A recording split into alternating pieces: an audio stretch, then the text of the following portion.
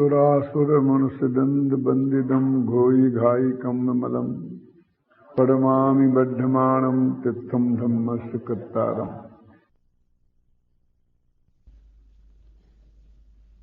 संसार परमागम के ज्ञान तत्व प्रज्ञापन में शुभाव अधिकार पर चर्चा चल रही है। 80-81वीं गाथा तक अपन ने कल चर्चा की थी। अब 82वीं गाथा में वो घोषणा करते हैं कि सब्बे बिये अरहंता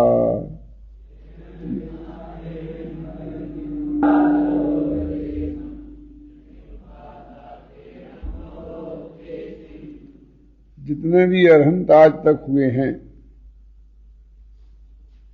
और हो रहे हैं और भविष्य में होंगे, उन सभी ने इसी विधि से कर्मों का नाश किया है, कर रहे हैं और करेंगे। और उन्होंने अपनी वाणी में उपदेश भी इसी प्रकार का दिया है। इस प्रकार उन संपूर्ण निर्माण को प्राप्त लोगों के लिए मैं नमस्कार करता हूं। ये अंतिम नमस्कार जैसी बात है। कहते हैं बात खत्म हो गई, अब नमस्कार, आप पधारो, है ना। नमो तेसिम, ये बीच में नमस्कार की गाथा कैसे आ गई? वो कहते क्या कहना है, बस ये जो हमने आपको रास्ता बताया है बस यही रास्ता है। इसके हेडिंग में भी ये बात लिखी है, देखो। अब यही एक भगवंतों ने स्वयं अनुभव करके प्रकट किया हुआ निश्रेयस का पारमार्थिक पंथ है। इस प्रकार मति को व्यवस्थित करते हैं। मैंने ये कह रहे हैं कि अब ज्यादा खोज शोध के चक्कर में पड़ने की जरूरत नहीं है, है ना। कि अभी भी ठीक है, ये भी आपने बता दिया और 4 दुकान पे देख लेते हैं और फिर बाद में डिसीजन करके लेंगे तो आपकी दुकान से, कैसे बोलते हैं। लेकिन जरा और देख लें 2-3 जगह, मन में संतोष हो जाए। तो कहते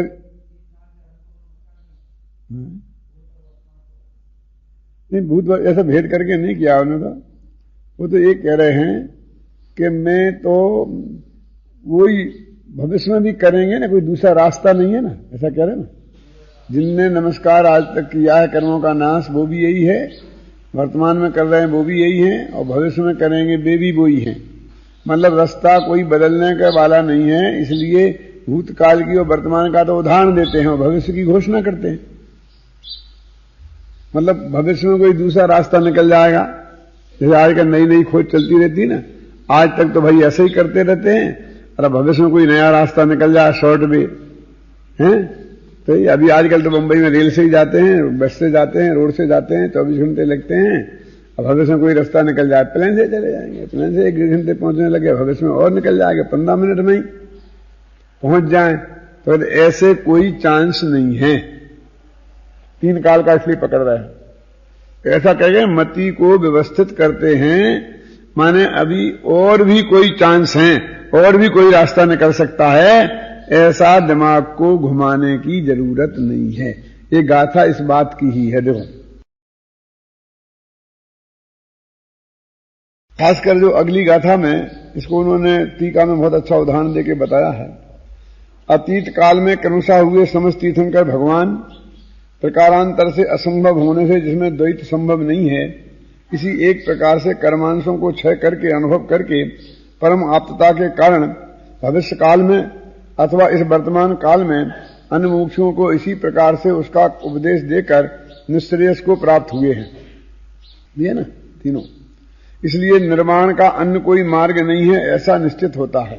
अथवा अधिक प्रलाप से बस हो, मेरी मति व्यवस्थित हो गई है, भगवंतों को नमस्कार। तो गुरुदेव तो ऐसा फरमाते थे कि नमो अरहंताणम है ना, उसका भी ऐसा बोलते नमो त्रिकालवर्ती अरहंताणम।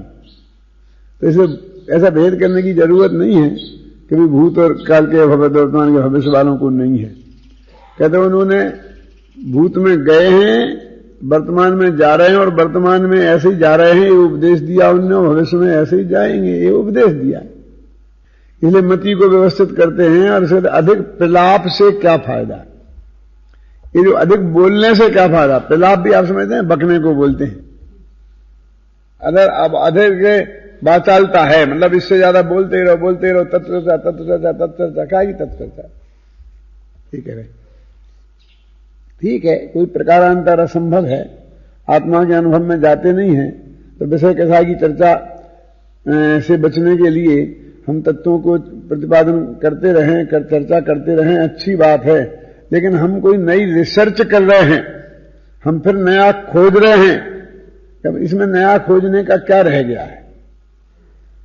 माने अपनी वृत्ति को, जो चंचल वृत्ति है ना, खोज की वृत्ति चंचल वृत्ति है ना, तो कहते हैं अब यहां वहां से विराम नहीं लो। देखो जैसे कोई एक लड़का शादी करना चाहता है, लड़की शादी करना चाहते हैं, तो हम 25 जगह देखते कि नहीं देखते, लेकिन एक जगह अपना दिमाग स्थिर हो जाता है ना, और समझ लो कि रिंग सेरेमनी हो गई, तो फिर अपन कहते हैं अब भी और 4 देख लो, करना तो यही नक्की है, तो वो बात बिल्कुल बर्दाश्त के काबिल नहीं होती है। क्यों? उस घर वालों को ये पता चले कि अभी भी ये देखना चालू रख रहे हैं। क्यों? तो घर वाले भी और लड़का लड़की भी आपस में बर्दाश्त नहीं करेंगे इस बात को। माने वो विराम लगना ही चाहिए। अगर वो कहे कि साहब आप हमारे यहां सगाई हो गई, रिंग सेरेमनी हो गई, और फिर भी आप 4 जगह लड़कियां देख लेंगे, तो कहेगा नहीं, वो लड़की तो आप ऐसी सुंदर तो हिंदुस्तान में लड़की है ही नहीं, इसलिए कहीं दूसरी जगह होने वाला थोड़ी है, देखें तो क्या फर्क पड़ता है। ऐसा नहीं करना। हमारी जैसी लड़की सुंदर है कि नहीं है, और दूसरी जगह होगा कि नहीं होगा, उसकी चिंता की बात नहीं है। कि तुम्हारे मन में जो कचास है उसकी बात जरूर है, और कचास ही नहीं, बेईमानी है। मैंने तुम्हारे इस वचन की कोई कीमत नहीं है, वो जरूर प्रकट हो गई है। ऐसे तुम कहो कि ठीक है तुम्हारा सच्चा मोक्ष मार्ग है, तो और 10 जगह देख लें दो, क्या तुम्हें क्या फर्क पड़ता है, लौट के तो यहीं आएंगे ना। जैसे दुकानदार कहता है कि मैंने जो बढ़िया माल बताया है और जो कीमत बताई है सारे बाजार में मिलने वाली नहीं, झक मार के मेरे पास आएगा। इतना धैर्य दुकानदार को होगा, लड़की के बाप को नहीं हो सकता है और नहीं होना चाहिए। क्या ऐसे ही जब तेरे को मुक्ति का मार्ग ख्याल में आ गया है, और फिर भी तेरी जो भटकने की अभी वृत्ति है, इसका मतलब है कि तेरे को इसका मर्म ख्याल में नहीं आया है, इसकी गहराई ख्याल में नहीं आई। गुरुदेव तो फरमा देते कि अभी वो मर रहा है। वो क्या है वहां देखने जाने को? अभी भी ये समय सार कुंद कुंद का अम्बचंद की आत्मख्याति मिल गई, ये मर्म मिल गई, ये सब ख्याल में आए। मुझे पक्का विश्वास है कि गुरुदेव आप जो कहते हैं वही सच्ची बात है। फिर भी मैं जरा और शब्द के यहां भी होके आता हूं, देखूं वे भी क्या कहते हैं, कोई नई बात मिल जाए, नई बात मिल जाए।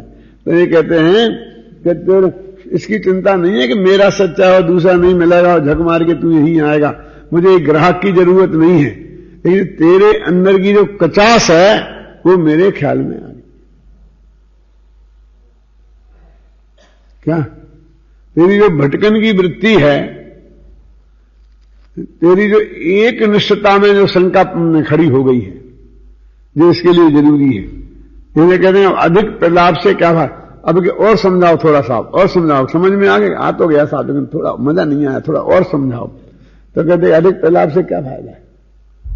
कहने का मतलब यह है कि समझ में आने का लक्षण एक तृप्ति है, और तेरे और सुनने का और जगह जाने का, दुनिया में भटकने का जो विकल्प है वो अतृप्ति की सूचक है। ये सबसे बड़ी बात है इसमें। क्या कि अधिक प्रलाप से क्या फायदा है। बस वो तो कहते हैं कि यही रास्ता है, और अनंत जीव इस रास्ते से मोक्ष गए हैं। इससे उदाहरण हम और आपको क्या बताएं। हमें वर्तमान में जा रहे हैं 6 महीना और 8 समय में 608 जीव, और भविष्य में जाएंगे वो किसी दूसरे रास्ते से जाएंगे, ये संभव ही नहीं है। कहने का मतलब उन्हें देशनालब्धि के माध्यम से तत्व को समझकर फिर पारोग्रब्धि के होते हुए करणलब्धि पूर्वक आत्मानुभव करके आत्मा में लीन होकर चार्ज धारण करके यही मार्ग है, कोई दूसरा मार्ग है ही नहीं। देखो अभी 83वीं गाथा। डब्बा दिए सुमूढ़ो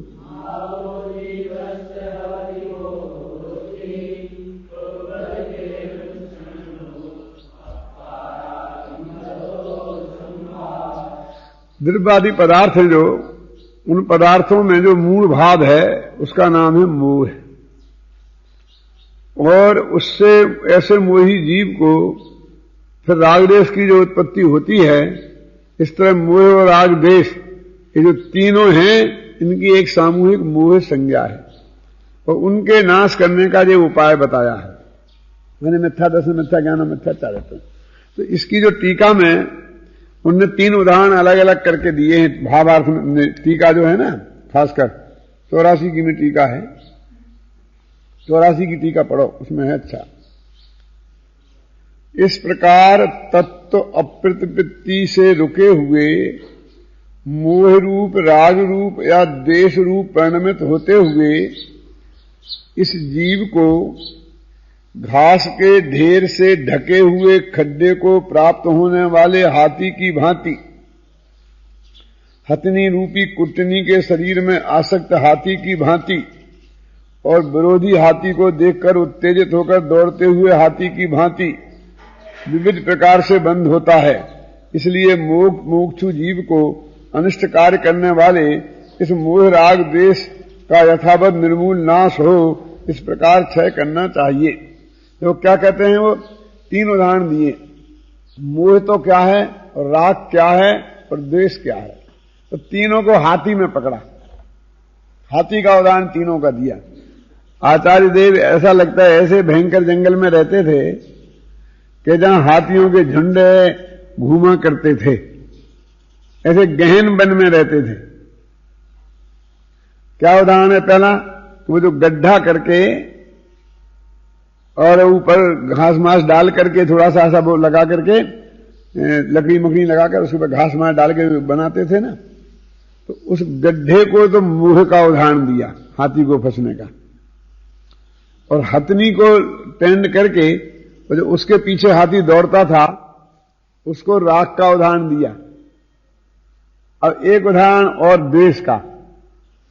तो वो क्या कहते थे कि हाथी को ऐसा, हथनी को नहीं हाथी को ऐसा ट्रेंड करते थे कि वो सामने वाले हाथी को ललकारता था, तो इससे लड़ने के लिए वो दूसरा हाथी आता था और फिर जब वो लड़ने के लिए आता था तो ये उधर जाकर के उस गड्ढे में से गिरा देते थे। ये वो हथनी गिरा देती, राग में फंसाकर। ये हाथी देश में फंसा कर गिराता था। 3 हाथी लिए, एक मोह के लिए, मैंने मोह तो इसलिए कि है तो गड्ढा और वो गड्ढे को नहीं समझ रहा, इसलिए गलत होगा ना, मिथ्या श्रद्धा। देखो फिर पढ़ो इसमें, घास के ढेर से ढके हुए गड्ढे को प्राप्त होने वाले हाथी की भांति, ये मोह का उदाहरण।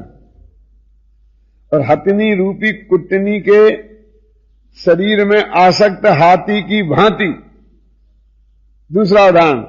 और विरोधी हाथी को देखकर उत्तेजित होकर दौड़ते हुए हाथी की भांति।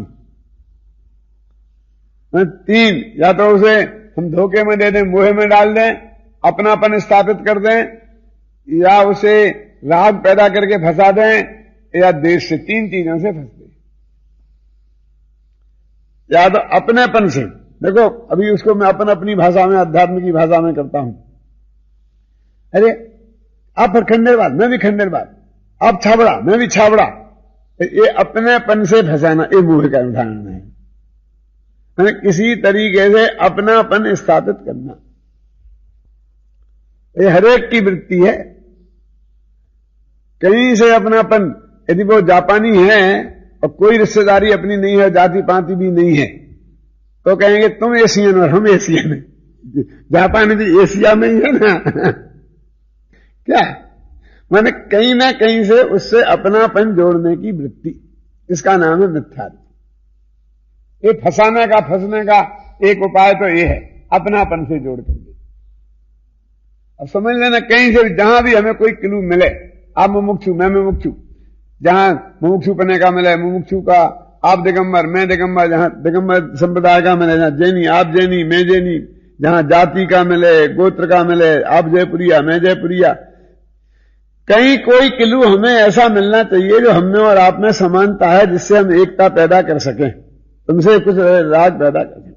और वो राग का कारण क्या, जो राग पैदा हुआ, फिर वो राग का कारण वो एक तो मोह है, और फिर दूसरा बहुत सुंदर है बहुत बढ़िया है, ये राग का, ये दूसरा है। तो जब वो कोई एकत्व तो कहीं मिला ही नहीं, अब ये तो अमेरिकन है, अब एशियन भी नहीं है क्यों, अपना भी नहीं है कोई, एक चीज देखो एकदम बढ़िया है, अरे क्या एकदम क्यों, तो फिर उसकी अच्छाई में इसे करके बता कर राग पैदा करते हैं। और इससे नहीं हो तो आपको उसको पछाड़ना है तो ये करना ही पड़ेगा, इसका साथ देना ही पड़ेगा। हालांकि अपना पाकिस्तान विरोधी है, लेकिन चाइना से निपटना है तो पाकिस्तान विरोधी का विरोधी दोस्त होता है, ऐसे सिद्धांत निकाल के, मतलब कहीं ना कहीं से हमें मोह राग और देश, ये तीन चीजें पैदा करके अपना उल्लू सीधा करना चाहते हैं। लोग फंसते हैं और लोग फंसाते हैं, अथवा समझ लो सारा जगत इन तीनों में ही फंसता है। मुझे राग दो, तीन उदाहरण उन्होंने दिए, तो वो तो कहते हैं कि ये सब अनिष्ट कार्य करने वाले हैं, इसलिए मोह राग और द्वेष इन तीनों को यथावत निर्मूल नाश हो, हमें ऐसा प्रयत्न करना चाहिए। 72वीं गाथा 82वीं गाथा तक तो उनने मोह नाश का उपाय बताया 81वीं तक, और 82 में ये कहा कि यही रास्ता है, और अब उसकी प्रेरणा देते हैं करने लायक काम यही है। मतलब अब और खोजा खोजी के चक्कर में, ये नाश के उपाय के खोजने के चक्कर में नहीं रहो, वो तो काम हो गया, अब तो करो, अब तो शुरू करने की बात है। अब फिर खोज की प्रक्रिया में और जरा देख लें और जरा देख लें, जब डिसीजन हो गया है तो अपने पास समय की बहुत कमी है, खरीदो और भागो, बोलते कि नहीं बोलते कि और 4 दुकानें देख लें। एक कपड़ा खरीद लिया और दर्जी के यहां सिलने डाल दिया और दर्जी ने उसे काट दिया, अब ये कहते हैं कि अपन ठगाए तो नहीं गए, थोड़ा 2 दुकानें और देख लें। ऐसे मूर्ख भी इस दुनिया में है कि नहीं है, ये उन मूर्खों को समझा रहे क्या कि अब तेरे पास समय है, पहले समय लगाना तो जरूरी था, किसी तरह समय निकाला था, अब तो जल्दी से जल्दी जो पहली बस मिले बैठे घर जाओ, रात हो जाएगी, खाना निकल जाएगा और कार्यक्रम छूट जाएंगे। अब तो तुझे अगली लाइन पे लगना चाहिए ना, क्यों? ये जो हमारी भटकने की वृत्ति है, वो असली बिंदु पर पहुंच जाने के बाद भी वो जो वृत्ति चालू रहती है वो बहुत खतरनाक है, क्योंकि वो आपको फिर पूरे इस चक्कर में डाल सकती है। क्या चक्कर में डाल सकती है कि साहब हमने खरीद तो लिया वहां से और दर्जी ने डाल भी दिया है, और आपके यहां कोई अच्छा कपड़ा हो तो दिखा दो, तो अब वो जान गया तो उसने और दिखा करके वैसे ही कपड़ा निकाला, ये क्या भाव है, तो उन्होंने खरीद लिया। खरीदना तो ऐसे है नहीं, कोई भाव पूछ रहा है तो 10 रुपये मीटर कम बता दिए, जो आपने 80 रुपये मीटर खरीदा है उसे 70 रुपये मीटर बता दिया, बस आप चढ़ गए चक्कर में। हाँ एक चक्कर में चढ़ गए, क्या ख्याल में आया ना, अब जाके उससे लड़ने लग गए, झगड़ा करने लग गए, उसे में तू शुरू हो गई। वो अगर आज तो कुछ हुआ सो नहीं हुआ, अब भविष्य में तो इस दुकान पे नहीं आएगा, कट्टर शत्रु से बना दो। ये दलाल लोग कहते चढ़ा दो, जैसे कोई है तो चीज मान लो कि 100 रुपए किलो की, उससे कम किसी कीमत में मिल ही नहीं सकती। अब सामने वाले ने 70 रुपए किलो लगाया तो 80 रुपए किलो लेगा, 100 से कम में मिल ही नहीं सकती, देना ही नहीं है। यदि वो हाँ कह देगा तो कोई बहाना बना के टालेगा, कभी है नहीं, फिर आना परसों आना, अभी देखी नहीं मिली नहीं कुछ नहीं। लेकिन ये तो पत्थर पे चढ़ा दिया कि ये कहीं खरीद ही नहीं पाए, कोई 100 से कम में देगा नहीं, और जगह 80 में तो मैं छोड़ के आया हूं। क्यों? इसलिए कहीं खरीद ही नहीं पाए, इस लाइन पर चढ़ा दो। नहीं साहब मैं तो 70 से ज्यादा नहीं दूंगा। तो ठीक है भाई साहब, जाओ पधारो खत्म। क्योंकि देना तो है नहीं, अब ज्यादा मचामची करने में मांगने लगे। तो इसका मतलब है कि अब तू किसी चक्कर में पड़ने वाला है। यदि तू दूसरी जगह जाएगा, तेरे को सच्चा मार्ग मिल गया है, तेरे को भरोसा है जिनवाणी माता पर, और तुझे लगता है कुंद कुंद हमारे सच्चे आचार्य थे 2000 वर्ष पुराने, और उनने और अमृतचंद्र ने ये लिखा है और यही बातें कह रहे हैं, तो अब फिर और शोध और खोज की प्रक्रिया की बात कहां रह जाती है? और अभी भी वो चालू है, तो फिर उससे हमें कुछ कहना नहीं है, क्योंकि उसके भाग्य में तो भटकना ही है? लिखा है। 5 साल यहां तक पढ़ा, बहुत गहराई से तत्व ज्ञान को समझा, और फिर जाके किसी गड्ढे में गिर गया कि साहब उसे आप समझाओ, वो आपका विद्यार्थी उस गड्ढे में गिर गया है वहां, कि उसे मुझे कुछ नहीं समझाना है। क्यों नहीं समझाना है? कि जो 5 वर्ष तक समझाने से जिसकी समझ में नहीं आया, अब 5 मिनट के समझाने से उसकी समझ में क्या आए? क्यों? मैं बोलो ऐसा है ना? 5 वर्ष से समझाई, तत्व ज्ञान समझाई, यही तो समझाया है।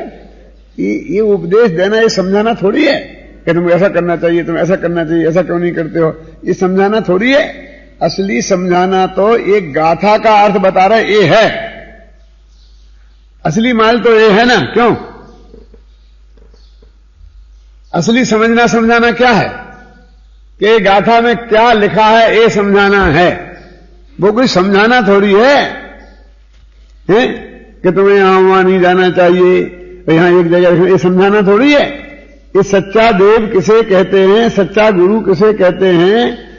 ये गुरु का स्वरूप समझाना समझाना है।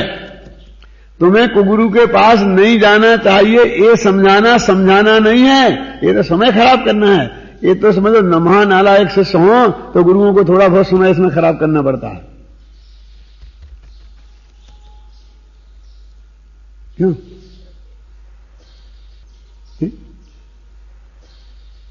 जब विद्यार्थियों को, अध्यापकों को नमस्कार करना चाहिए, ये समझाने के लिए महाविद्यालय खोला है। क्यों? कि प्रवचनसार की 80वीं गाथा का क्या अर्थ है, ये समझाने के लिए महाविद्यालय खोला है। मेरा मतलब वो तो दुर्भाग्य है कि वो समझाना पड़े कि तुम्हें हमें नमस्कार करना चाहिए, ये समझाना पड़े। ये तो दुर्भाग्य है। हम तुम्हारे पास आए तो तुम हमें ऐसा समझाओ कि हमारा माथा बिना कुछ कहे ही झुक जाए। समझ में आएगा नहीं आया? ऐसा कुछ समझाओ ना। तुम हमें नमस्कार नहीं करते, तुम मुनियों के विरोधी हो, तो तुमने यहीं से शुरू किया। क्यों? यहां से शुरू करने की जरूरत क्या है? ये कोई समझाना थोड़ी है। ये चित्त को विराम देना की बात नहीं है। इसलिए कहते हैं कि अधिक प्रलाप से क्या फायदा। हमने तो अपनी पूरी ताकत लगाकर मुक्ति का मार्ग बता दिया, अब हमें अधिक प्रलाप करने से क्या फायदा है? अब तो तुम पूरी शक्ति लगाकर इस मोह को नाश करने का उद्यम करो बस। अब ऐसा कहा, ख्याल में है ना? तो शिष्य कहता है, महाराज कोई दूसरा रास्ता है? कहते गए ना, अतः मोह क्षपणोपायांतरम मालोचयति, 86वीं गाथा। अब मोह के नाश का उपायांतर की आलोचना करते हैं कि कोई दूसरा रास्ता आ जाओ। यहां तो कैसी भाषा बोल रहे हैं, वहां तो ऐसा बोल रहे हैं कि कोई दूसरा रास्ता नहीं है, और फिर खुद ही दूसरा रास्ता बता रहे हैं। जी, फिर खुद ही दूसरा रास्ता बता रहे। ये दूसरा रास्ता वास्तव में दूसरा नहीं है, ये उसी का सहयोगी रास्ता है। ये उपायांतरम अपेक्षते। ये तो कौन सा उपाय है? कि दूसरे उपाय की जो अपेक्षा, ये उपाय दूसरे उपाय की अपेक्षा रखता है, ये वैसा दूसरा उपाय है, उसका अल्टरनेट नहीं है। समझ में आया ना क्या कहना चाहता हूं? जैसे कि आप किसी को ये बताएं कि भाई ये महाविद्यालय बहुत अच्छा है, यहां आप 5 साल रह के पढ़ोगे तो बहुत आपको इतना लाभ होगा, ऐसा समझाएं। अब वो कहे कि साहब मैंने नक्की कर लिया है, तो दूसरा उपाय बताओ। तो तुमने नक्की कर लिया इसमें भर्ती करना है, तो दूसरा माने क्या कि अभी इस महाविद्यालय में भर्ती होने का उपाय बता, इसमें प्रवेश कैसे मिलेगा, इसमें एंट्री कैसे मिलेगी। ये जो दूसरा उपायांतर कौन है दादा, वो ये उपाय जिस दूसरे उपाय की अपेक्षा रखता है, ऐसा वो दूसरा उपाय है। समझ में आया था? जी आपके ख्याल में आ गई ना? हाँ, ये उपाय का उपाय है, मारक का मारक है। कि क्या? तो कहते हैं जिन सत्ता दो अट्ठे कच्छक का दी है बुझ दो नियमा।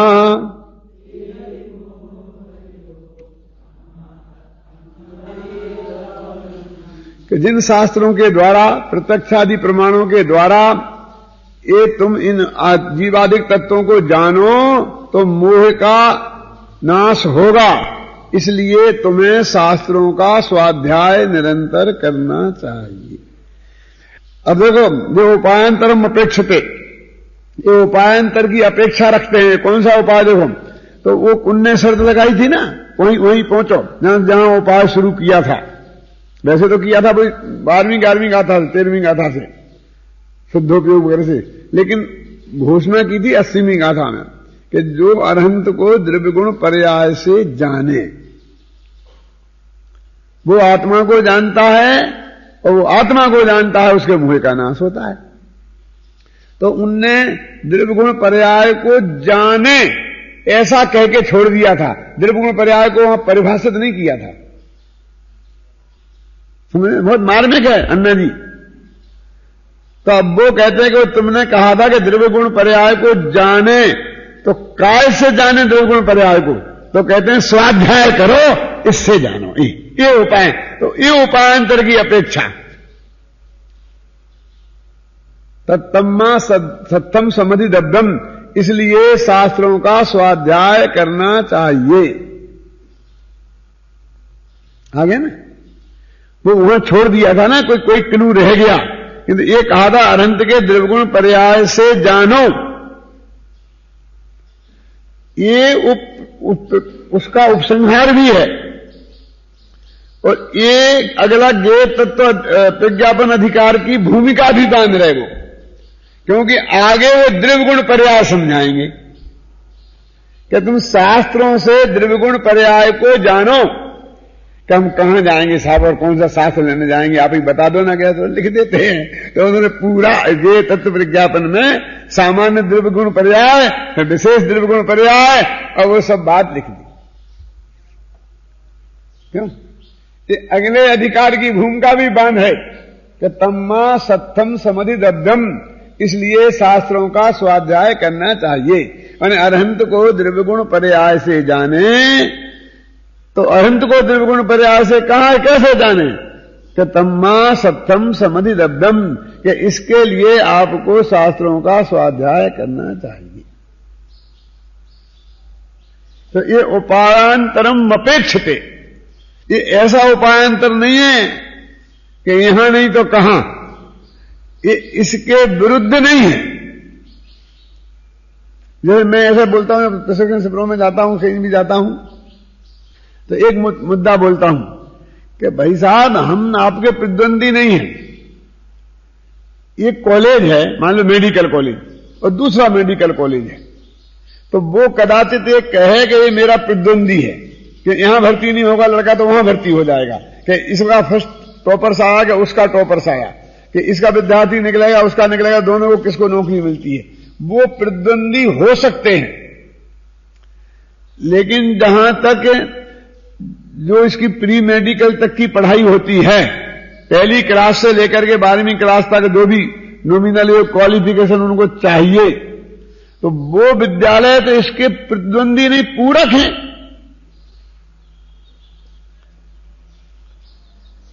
समझ में आया कि नहीं? वो तो इसके लिए कच्चा माल तैयार करते हैं। तो हमने विद्यार्थियों को पढ़ा के तैयार किया है, तो ये तो जो मुनि बनने के लिए जिन शास्त्रों का विद्वान होना जरूरी है कि नहीं, ये मुनि बनने के लिए हमने माल तैयार किया है, तो बना लो। तुम हो सकते मुनि, तो बना लेना, क्या तुम शास्त्री की बात कहनी है ना। तो ये तो हम कच्चा माल तैयार कर रहे हैं, हम सदाचारी विद्वान तैयार कर रहे हैं, सदाचारी समाज, शाकाहारी समाज तैयार हो, गांव गांव में पाठशाला पढ़ें, बच्चे नवोकार मंत्र सीखें। तो ये कोई भी धर्म के प्रचार करने के लिए तो पूर्व भूमिका तैयार कर रहे हैं। क्यों? तो इनको प्रतिद्वंदी गिनने की कहां बात है। तो वो ये कहते हैं कि जो हम जो उपायांतर बता रहे हैं, ये उस उपाय के अल्टरनेट नहीं है, ये तो उसके पहले का उसके लिए सहयोगी उपाय है कि जिस द्रव्यगुण पर्याय से अरहंत को जानना चाहिए, वो द्रव्यगुण पर्याय क्या है, हम तो ये समझा रहे, शास्त्रों में मिलेगी ये बात, हम थोड़ी सब यहां बता देंगे आपको। तम्मा सत्यम समधि दब्दम, इसलिए ये शास्त्रों में समझना चाहिए। ऐसा थोड़ी जगह जल बताओ और आगे चल। वो ऐसा कह रहे हैं कि तुम बताओ कि साहब भाई साहब कहां से जाना है हमको, कौन जानेगा रिक्शा वाला। तो ये कहते हैं कि हमने तुमको बता दिया और अब तुमको जानना है तो शास्त्रों का स्वाध्याय करो कि कौन पढ़ेगा। आप ही बता दोगे, ये नहीं चलेगा।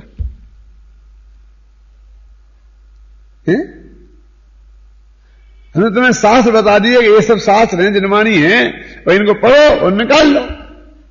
मान लो हमने कोई अर्थ किया और वो तुम समझते हो कि जो अर्थ नहीं है अनर्थ है, तो शास्त्र तो तुम्हारे पास है ना, और आगे पीछे के सब हैं, और उनसे देख के निकाल लो क्या निकलता है, और दूसरों से पूछ के निकाल करके कर लो कोशिश, उसमें कहां कोई चक्कर है ना।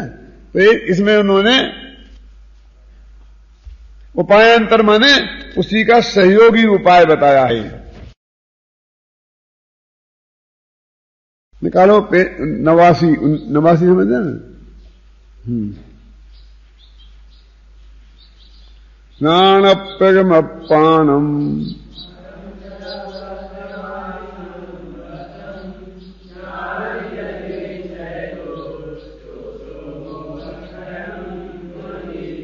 और क्या बता रहे हैं, ये तो उन्होंने गे तत्व प्रज्ञापन की भूमिका बांधी थी 86 में, और अब ये गे ज्ञान विभागाधिकारी की भूमिका बांध रहे हैं इसमें।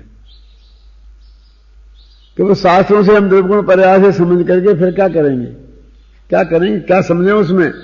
तो कहते ज्ञान स्वभावी अपना आत्मा और ये बाकी का सारा जगत द्रव्य, इनको जानो, ये आत्मा मैं हूं और ये मैं नहीं हूं, ऐसा जानो, ये मोह के क्षय का उपाय है।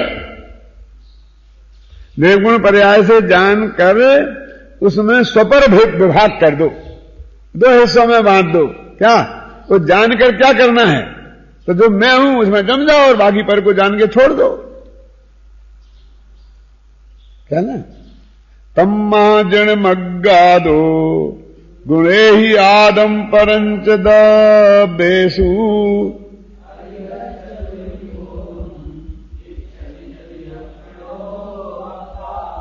और यदि तुम अपने आत्मा को चाहते हो तो इच्छसी यदि अपनो अप्पा, दूसरा अप्पा माने आत्मा और तीसरा अपनो माने, पहला अपनो माने अपना, अपनो अप्पा माने अपना आत्मा। यदि तुम अपने आत्मा को चाहते हो तो जिन मार्ग से ये समझकर फिर उसमें स्व और पर का भेद करके अपने आत्मा में चले जाओ, ये मार्ग है। ये बता करके देखो, अब इस तरह से इस अधिकार को समाप्त करके देखो, फिर वो अगली अधिकार जो गे तत्व प्रज्ञापन में प्रवेश करते हैं। इसके पहले पेज नंबर 163, एक तो 91वीं गाथा की जो टीका है ना, उसको थोड़ा पढ़े थे पहले। 163 पेज में जो इन द्रव्यों को की जो सादृश्य अस्तित्व के द्वारा समानता को धारण करते हुए स्वरूप अस्तित्व के द्वारा विशेष युक्त हैं, उन्हें स्वपर के भेद पूर्वक न जानता हुआ, श्रद्धा न करता हुआ, यूं ही ज्ञान श्रद्धान के बिना मात्र श्रवणता के द्रव्य मुनित्व को आत्मा का दमन करता है, वह वास्तव में श्रवण नहीं है। इसलिए जैसे जिसे रेती और स्वर्ण करों का अंतर ज्ञात नहीं है, उसे धूल के धोने से उनमें से स्वर्ण लाभ नहीं होता। इसलिए इसी प्रकार उसमें से निरुपराग आत्म तत्व की उपलब्धि लक्षण वाले धर्म लाभ का उद्भव नहीं होता। जो वो बता रहे ना, मैंने आपसे कहा ना भेद विज्ञान करना और पर में से अपना निकालना, तो वो क्या कहते हैं कि इस जगत में स्वरूपास्तित्व और सादृश्य अस्तित्व दो चीजें होती हैं। एक ये तत्व प्रज्ञापन में आएंगी ये बातें विस्तार से। स्वरूपास्तित्व और सादृश्य अस्तित्व क्या है विस्तार से तो मैं वहीं बताऊंगा। संक्षेप में इतना समझ लो कि जो अपन बोलते हो उत्पाद वै ध्रुव युक्तम सत, ये जो सत है ये सादृश्य अस्तित्व का उदाहरण है। इन तुम भी सत और मैं भी सत, सब सत सत सत सत, जिसे महासत्ता बोलते हैं उसको बोलते सादृश्य अस्तित्व। तो इससे सबके अस्तित्व का ज्ञान तो हो जाता है लेकिन भेद ज्ञान नहीं होता। तो सादृश्य अस्तित्व में से स्वरूपास्तित्व, तो मैं ज्ञानानंद स्वभावी आत्मा हूं, ये मेरा स्वरूपास्तित्व है, ये मेरा। आप भी ज्ञानानंद स्वभावी हैं, तो ये मेरा जो मेरे में अस्तित्व है एक द्रव्य का, उसको बोलते हैं स्वरूपास्तित्व। तो कहते हैं सादृश्य अस्तित्व में से स्वरूपास्तित्व निकालना। और कहते हैं ये काम जिसको नहीं आता है, सारे शास्त्र पढ़ लिए और मुनिपना धारण कर लिया, तो उसकी जिंदगी वैसे ही बेकार जाती है महावीर प्रसाद जी, जैसे धूल धोए का काम करे और ये ना पहचाने कि स्वर्ण कण कौन से हैं और मिट्टी कण कौन से हैं। नहीं है, धूल धोया समझते हैं। ये पहले जमाने में जो सर्राफे, अभी भी सर्राफे की जो दुकानें होती हैं, अब आजकल तो बहुत अप टू डेट होने लग गई हैं।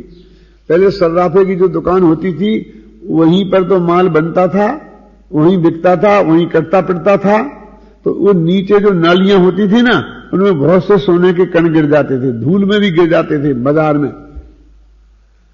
तो जो धूल धोया लोग जो आते थे और धूल मिट्टी को इकट्ठा करते थे, उस नाली में से कीचड़ इकट्ठा करते थे और कीचड़ में से धो धो के निकाल कर सोने के कण निकाल लेते। मैंने इतना गिर जाता कि उनको रोजीना आजीविका उससे ही मिल जाती। तो उन लोगों को बोलते धूल धोया, कि धूल को धोते रहते हैं और न सोने का कण मिल गया, बस उससे उनका काम हो जाता। तो कहते जो आदमी धूल धोए का धंधा करे और ये सोने का कण है और ये मिट्टी का कण है, ये कंकड़ पत्थर है और ये सोना है, ये नहीं पहचाने तो उसे कहां सोना मिलेगा। तो धो धो के फेंक देगा, उसको भी फेंक देगा, सोने के कण को भी फेंक देगा, उसकी निगाह में आ जाएगा और पहचान नहीं पाएगा तो भी फेंक देगा। तो जिसने स्वपर का भेद विज्ञान नहीं किया, वे सारा स्वाध्याय करने वाले और मुनिपन धारण करके कठोर आचरण करने वाले, वे धूल धोयों की भांति उनकी जिंदगी निष्फल जाएगी और भूखों मरेंगे। कहने का अर्थ है कि द्रव्यगुण पर्याय का स्वरूप जानकर आगम से उसमें से वो माल निकालना आना चाहिए।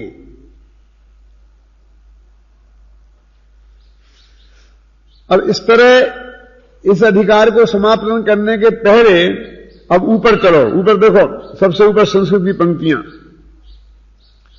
उन पंक्तियों में वो आचार्य पूरे अध्याय की 52 गाथाओं को पकड़ते हैं। देखो, अथ उपसम्मयामि सम्मम जत्तो निर्माण सम्मति इति प्रतिज्ञाय। तो कहते हैं, पहले मैं इसको पढ़ के बताता हूं नीचे भावार्थ में। उपसम्मयामि सम्मम जत्तो निर्माण सम्मति, इस प्रकार 5वीं गाथा में प्रतिज्ञा करके चारित्रम खलु धम्मो धम्मो दोषो समुत्र निर्दिष्टो, इस प्रकार 7वीं गाथा में साम्य का धर्मत्व निश्चित करके परिणमति जैन दब्बम तत्कालम तम्मयति पंडितम तम्मा धम्म परिणमो आदा धम्मो मोड़े दब्बो। इस गाथा में, इस 8वीं गाथा में आत्मा का धर्मत्व कहना प्रारंभ किया था, याद दिला रहे सब, जिसकी सिद्धि के लिए धनवेण परिणदप्पा अप्पादि शुद्ध संयोग जुदो पावधि निर्माण सोहम। इस प्रकार 11वीं गाथा में निर्माण सुख के साधनभूत शुद्धोपयोग का अधिकार आरंभ किया था, विरोधी सुवासों उपयोग को नष्ट किया, शुद्धोपयोग का वर्णन किया, शुद्धोपयोग के प्रसाद से उत्पन्न होने वाले आत्मा के सहज ज्ञान और सहज आनंद को समझाते हुए, मैंने ज्ञानाधिकार और आनंदाधिकार, ज्ञान के स्वरूप का और सुख के स्वरूप का विस्तार किया, उसे अब किसी भी प्रकार शुद्धोपयोग के प्रसाद से सिद्ध करके परम निष्प्रह आत्म तृप्त पारमेश्वरी प्रवृत्ति को प्राप्त होते हुए कृतकृत्यता को प्राप्त करके अत्यंत अनाकुल होकर जिनमें के भेद वासना की प्रकटता का प्रलय हुआ है, ऐसे होते हुए आचार्य भगवान मैं स्वयं साक्षात धर्म हूं, इस प्रकार रहते हैं मैंने कहते हैं, नहीं कहते हैं, अपने में चले गए। वो कहते हैं ये 52 गाथाओं में 51 गाथाओं में उनने क्या वर्णन किया वो सारा समेट दिया। पहले शुद्धोपयोग की बात करी, उसके फल में अतीन्द्रिय ज्ञान और अतीन्द्रिय सुख की प्राप्ति होगी, फिर उसकी बात करी, फिर अतीन्द्रिय ज्ञान और अतीन्द्रिय सुख की प्राप्ति के बाद काय की बात करी कि ये जो शुभोपयोग अधिकार, तो शुभोपयोग अधिकार है, देखो कैसी गजब है, नाम रखा स्वभाव अधिकार, और असली मोक्ष का मार्ग उसमें बताया। कौन सा असली? कि जो जान दिया अरहंतम दिव्यत्व गुण तत्ते ही तो आनंद अपाणम मोह खलु है ना। और फिर कि उपायांतर क्या है कि शास्त्र का स्वाध्याय करो, तो शुभ भाव में खत्म किया ना। तो वो कहते हैं कि ये शुभ भाव, शास्त्र के स्वाध्याय वाला शुभ भाव उस मार्ग का सहयोगी है, उपायांतर है। शुद्धोपयोग तो उपाय है और ये शुभोपयोग उपायांतर है, तो इसका एक प्रतिद्वंदी नहीं।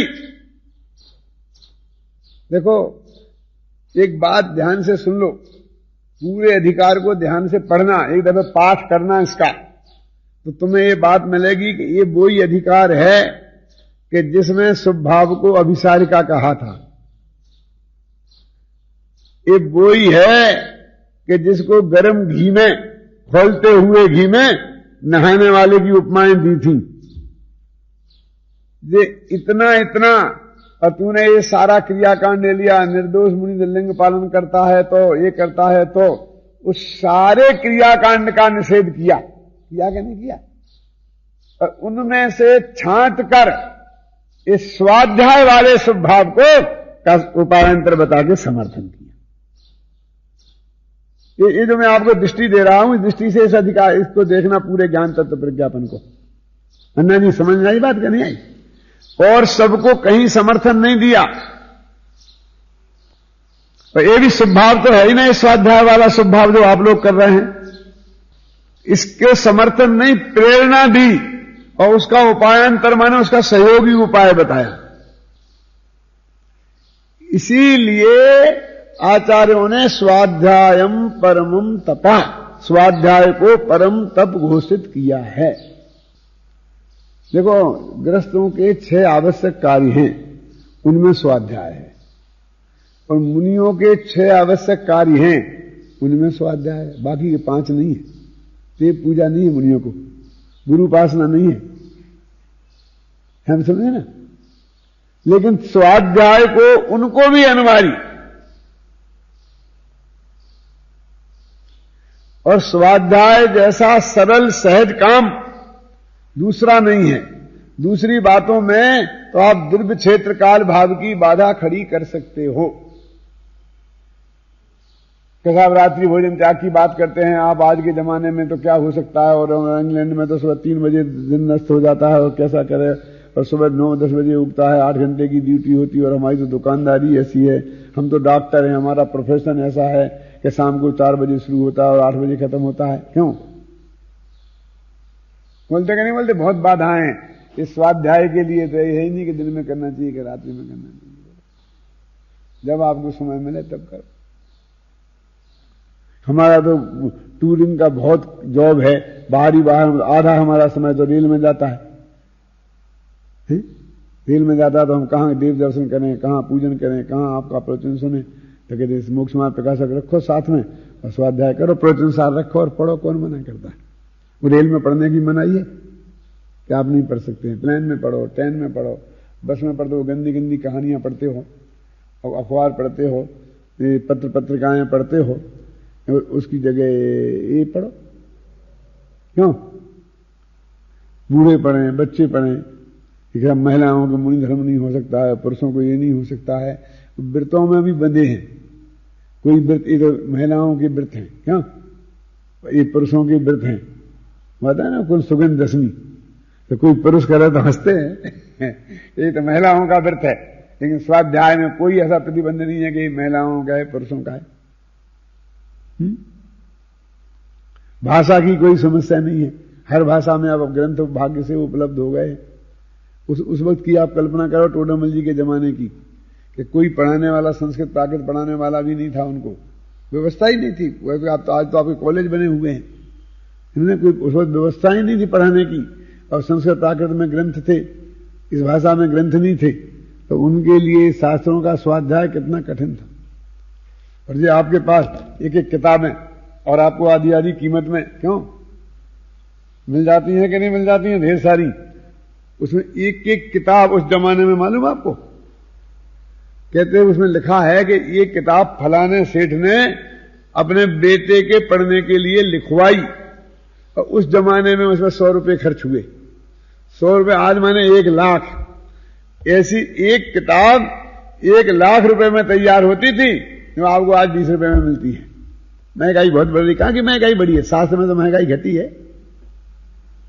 क्यों जगन्मल जी, बोलो आप। और महंगाई है।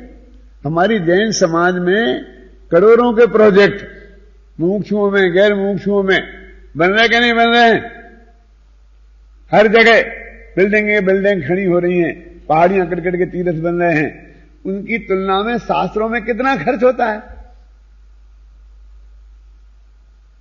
निहालचंद जी, मैं तो आपसे ये भी कहता हूं कि जिनको नाम कमाना है उनको भी ये शास्त्र में ही खर्चा करने में फायदा है। जिन्हें नाम नहीं कमाना है उनको तो ये करना है ही। क्यों कि एक गांव में तुमने एक मंदिर है, कोई धर्मशाला कुछ बनाई और उस पर अपना नाम लिख दिया, तो वो जो आदमी वहां आएगा वो देखेगा है? और यहां तुमने 1000 रुपये किताब की कीमत कम करने में यदि 10,000 किताब छपी तो 10,000 गांव में तुम्हारा नाम पहुंच जाएगा। नाम भी कमाना हो तो यदि वो 10,000 बार एक पर्चे पे तुम अपना नाम छपाते तो 1,000 रुपये में भी छपता और तुम्हारे उस नाम को लेता कौन? वो तो उस महाशास्त्र के साथ, कुंद कुंद के साथ तेरा नाम लिखा है, तो इसलिए तेरे को घर में संभाल के रखेंगे, तेरा नाम भी रहेगा। नाम भी कमाना है तो बोलो, तुम्हें नाम कमाना भी नहीं आता, तुम कैसे बनी हो? उसमें करोड़ों लाखों, कार्टून बनने के लिए, इंद्र बनने के लिए लाख लाख 5-5 लाख खर्च कर देंगे, और वहां एक वाक्य बोलने के लिए क्यों? क्या होता क्या नहीं होता है? उतने में हिंदुस्तान के सारे मंदिरों में समय सार पहुंच सकता है, सारे मंदिरों में प्रतिदिन सार पहुंच सकता है।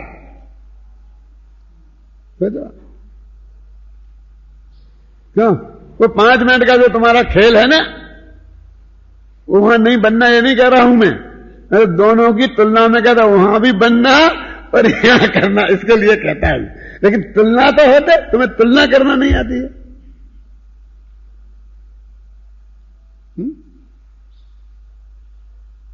विचार किया ना, सचमुच जिनवाणी को घर घर पहुंचाने का काम इतना महान है, इस समझ में है ना, कि हम उसकी कल्पना नहीं कर सकते हैं। ये तो मेरे तो कहने की आदत नहीं है, लेकिन अभी प्रसंग आ गया ना आचार्य का, कि आचार्य महाराज ने सारे शुभ भावों का बड़ी निर्दयता से निषेध किया।